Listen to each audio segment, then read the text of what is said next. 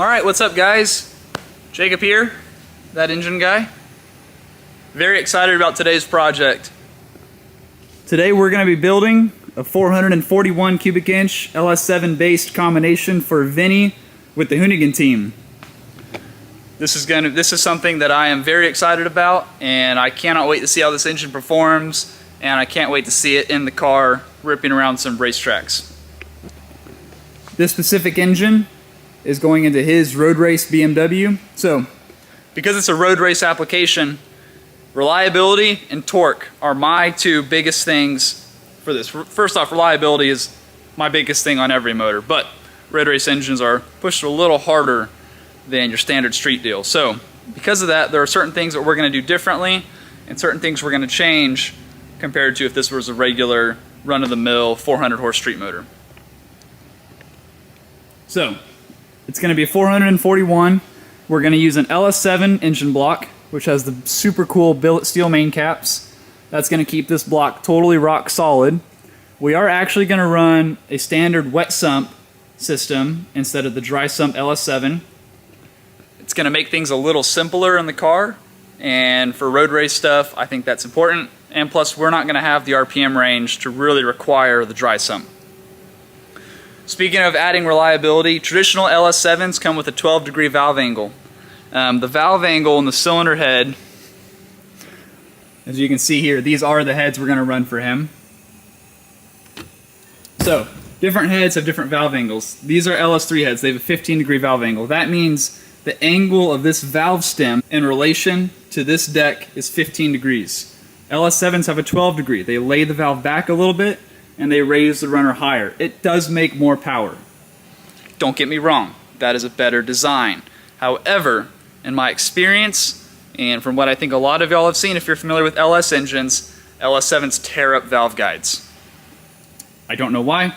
It's something in the valve train geometry, and don't tell me, oh, you don't know how to build a cylinder head. I've seen it on engines with $10,000 heads and $8,000 rocker systems. They still drop valves. So, I'm going to run a 15-degree LS3 head on this motor, and I actually think that'll be a better head, being a slight restriction over the LS7, and that's going to give us a super broad torque curve, down low to up high, especially with the crankshaft we're running.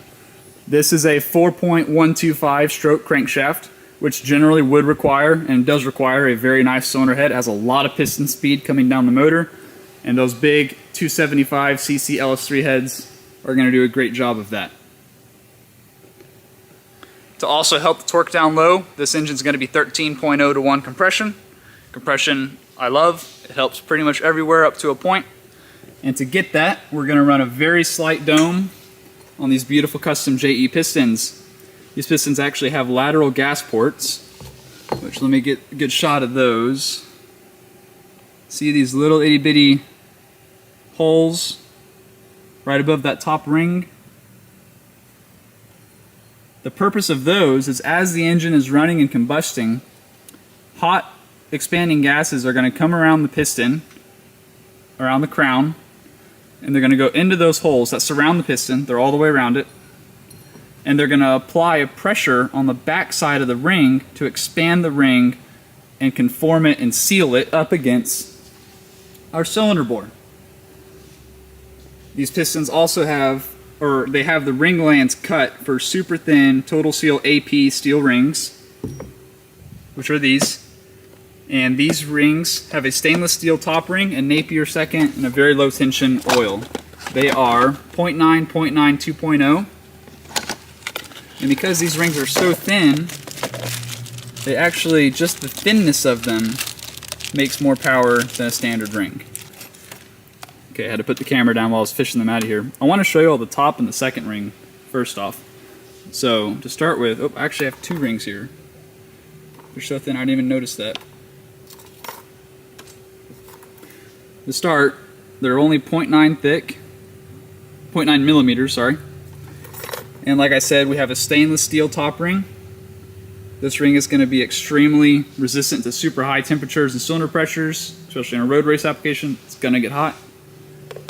And then because they're so low tension, the second ring actually is what's called a Napier ring.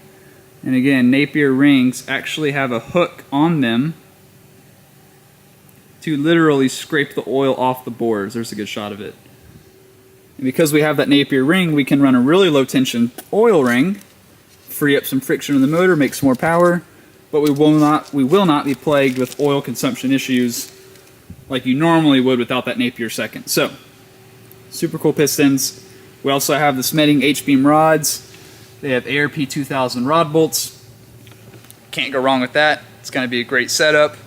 This rotating assembly will have no problems enduring 7,500 RPM stuff on a road course, even with the big 4.125 stroke crankshaft. So, today's video, we're going to go over crankshaft balancing.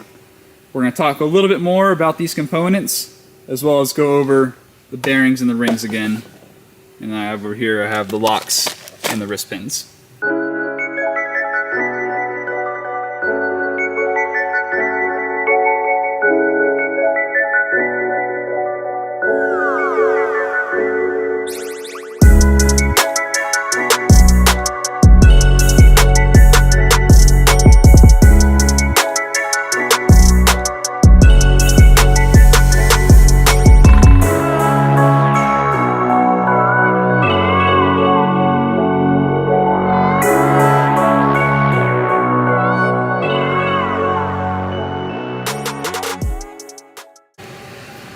Okay, the crankshaft is on the Heinz balancer. I love this machine, it's super accurate. I've zeroed out this puck to the crankshaft itself, so there's no run out, no wobble. We get a very true and accurate measurement. But before we can start balancing, we first need to weigh all of the individual components that are going to be in this engine. We're going to weigh everything and then do a slight calculation. We're going to actually double the weight of a couple components because they are rotating, and the others, like the pistons, they just reciprocate, they go up and down. However, the big end of the rod and the bearings, they spin on the crank in math and science. Then, after we calculate our bob weight, we're going to make our bob weights. We're going to put these on the scale, and we're going to add different washers, pucks, and shims, so those equal what we calculated. And then we'll put all of our bob weights onto the crankshaft. Then the crankshaft will be set up and have all the correct weights on it to simulate everything running in the engine, and then we can start balancing. As you can see, the last crank we did actually, we got under 1 gram. That's our target on every crankshaft. And we're gonna do the same with this one.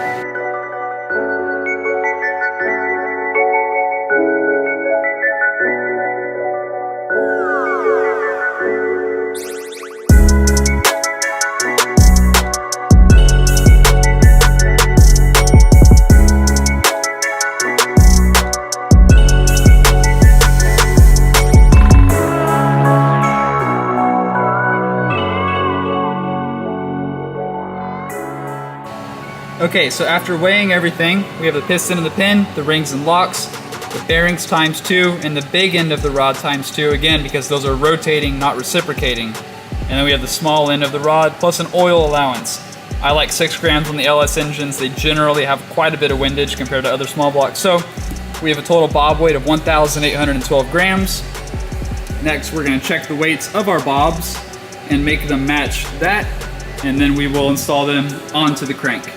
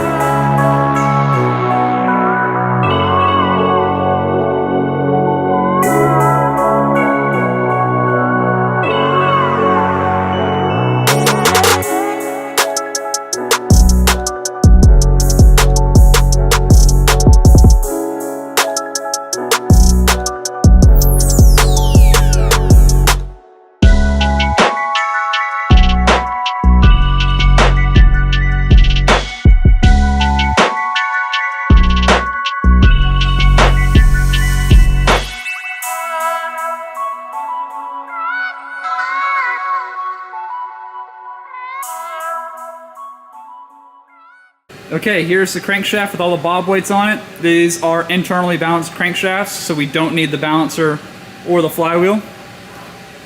We'll give her a spin. The machine's going to spin it up to a certain RPM. See everything flying there? We're going to measure.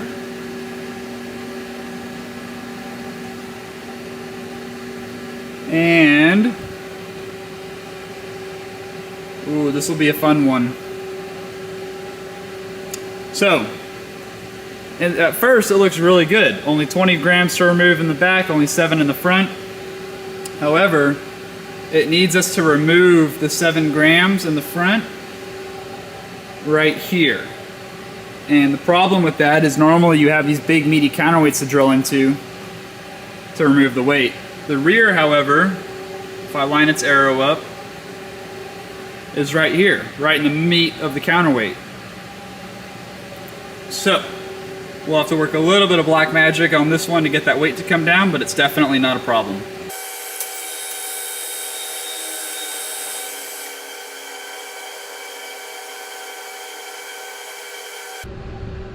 So what I'm doing right now is I'm drilling, instead of on these front counterweights, I can drill on this frontmost counterweight closest to the front. And it's actually removing weight from the front and the back. It was at 21, now it's at 18, it was at 7, now it's at 6. So all I really need to pay attention to is that I don't kick this weight. You can see right now it wants material removed from about the 41 degree mark, which is right here, right in the middle of that counterweight. So I have a lot of room to play with, and I can keep drilling into this little hole to get this crank to balance in.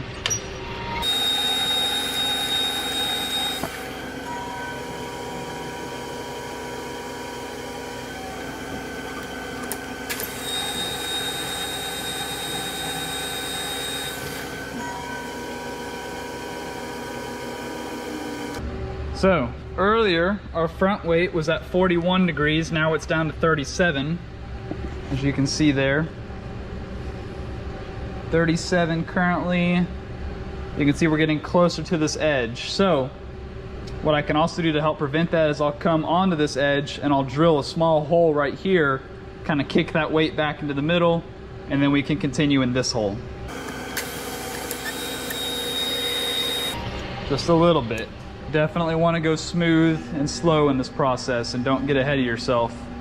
It's easy to remove material, really hard to add it back.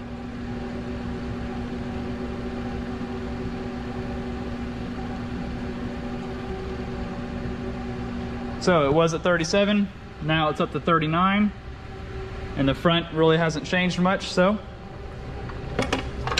I'm going to pop back into that first hole I was drilling.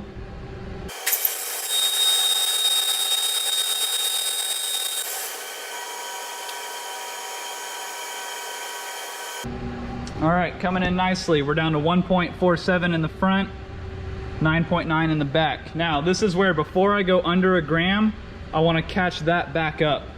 So I'm going to bring it down to where I'll take it under a gram, and then we'll come back and check on the front.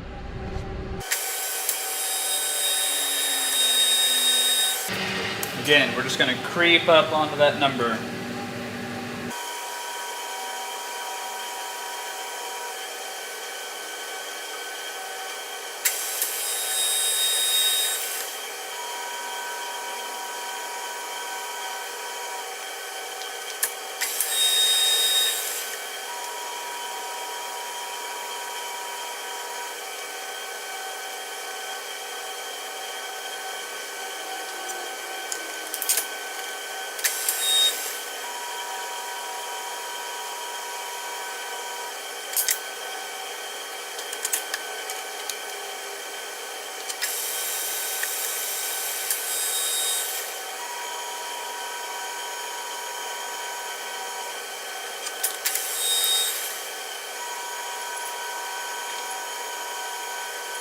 As you can see here, we're under 1 gram front and rear. Once you get to this point, you're really just pointlessly wasting time drilling micro holes everywhere. This crank is totally good for any engine ever in the world, no matter what its RPM range is. So this thing's going to be rock solid and totally smooth, and it is ready for assembly. Okay, I have Ven's LS7 block loaded up in our cylinder hone. We're going to use these diamond cutters to size the bores of the block to match the new pistons that we're going to run from JE. The end goal in doing this is to make the cylinders as straight as possible. That way the pistons have a perfect bore to ride up against, and that the cylinder isn't weird and barreled or tight and bigger at once. But we want it as straight as possible. So to do that, first I'm going to install what's called a torque plate on both sides of the engine block. These are torque plates, and what the purpose of these is to simulate the cylinder heads being bolted down to the engine block and stressing and pulling on all those bores when you torque down the bolts. So we're going to put these plates on the engine with the head gaskets that it's going to run and the head bolts that it's going to run. I'm going to torque everything down as if the engine was getting assembled for real. All of those bolts are then going to put a lot of stress on this block. As you can see, the bolt holes are close to the cylinders. That's actually going to move the cylinders a little bit, and then we can hone it perfectly straight. That way when the heads get assembled for real and the engine is, getting final assembled, the bores will be pulled straight again and everything will be perfect. Okay, on the engine we have the head gasket, the torque plate, all the fasteners ready to go. We're going to torque them down and then repeat for the other side.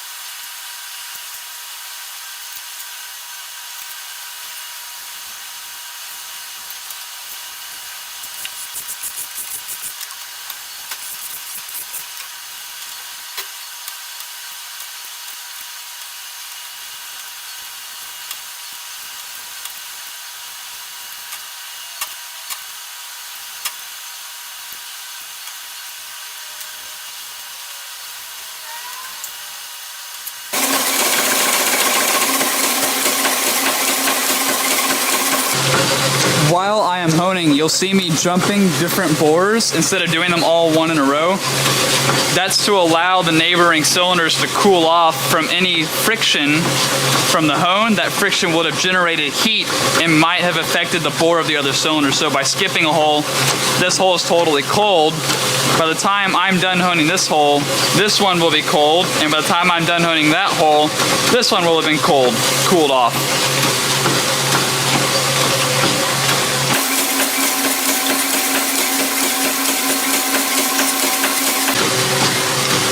Another variable that I pay attention to while honing these engine blocks is the crosshatch angle. The general rule of thumb is that for a high RPM, naturally aspirated engine, you want an aggressive crosshatch angle. For a low RPM, extremely powerful engine like a big turbo diesel, you want a very shallow crosshatch angle.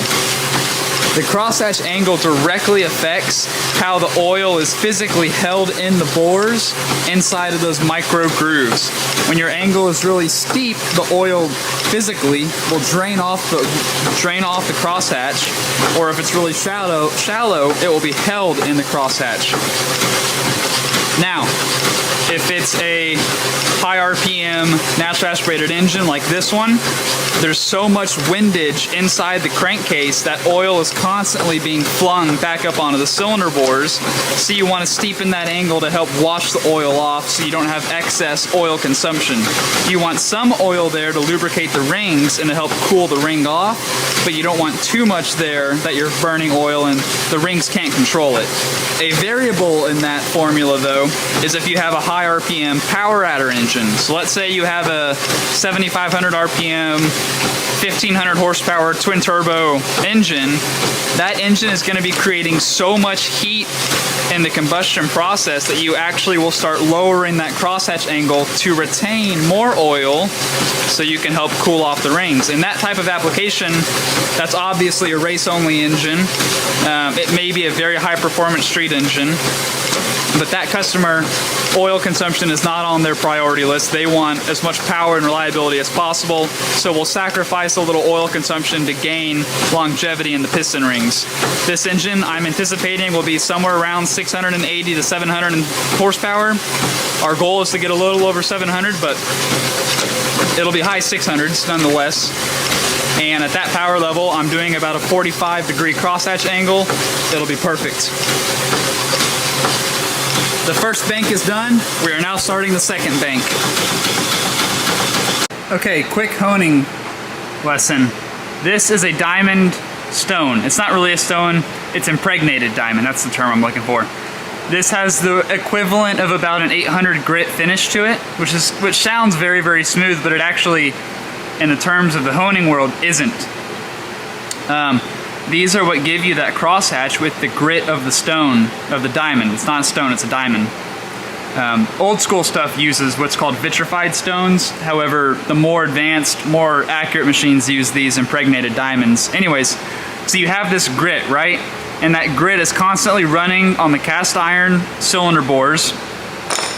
And if you can imagine, it's literally leaving what are called peaks and valleys, right? Because of the grit. So we're gonna zoom in a lot.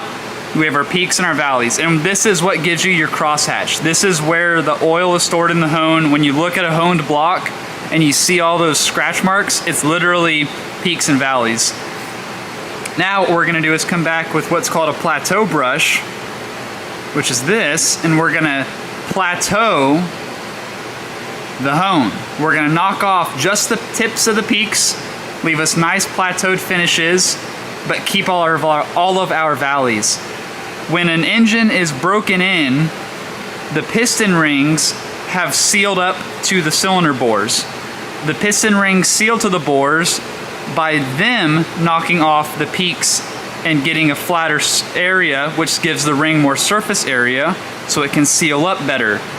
However, in traditional honing, the piston ring has to do all of that work, and then in turn, the piston rings are embedded with micro itty-bitty pieces of iron. However, for a really high performance engine, we will plateau hone the cylinder walls. That way these brushes take the abuse and these brushes get impregnated with all that micro iron deposits instead of the piston rings. So when the piston rings go in the motor is effectively probably 60% broken in, and the final break-in process will be much cleaner on the piston ring, giving us way better ring seal. This is literally worth probably 15 horsepower on this application of a motor. Obviously, horsepower gains are always a percent of the combo, so if we have a big 1,000 horsepower naturally aspirated, 600-inch big block, it's going to be worth a lot more than, say, a 200 horse little Honda 4-cylinder engine. So, next step, we're going to plateau the cylinder bores, and then this LS7 block will be done. Now when we do this with the brushes, we're only going to take 10 strokes on the bores, and that's it. Okay, that pretty much sums up the honing process for this 441 cubic inch LS engine. Before we put it back in the assembly room, we're going to deep clean the block, and then we're actually going to dry fit everything. I'm going to make sure that the connecting rods clear the engine block because this has a farther stroke than normal LS7s do. This is a 4.125 stroke instead of the standard 4-inch. So we'll clearance the block, make sure the rods clear the camshaft, make sure everything is good and ready to go. We'll do another deep clean on it, and then this can go in the assembly room.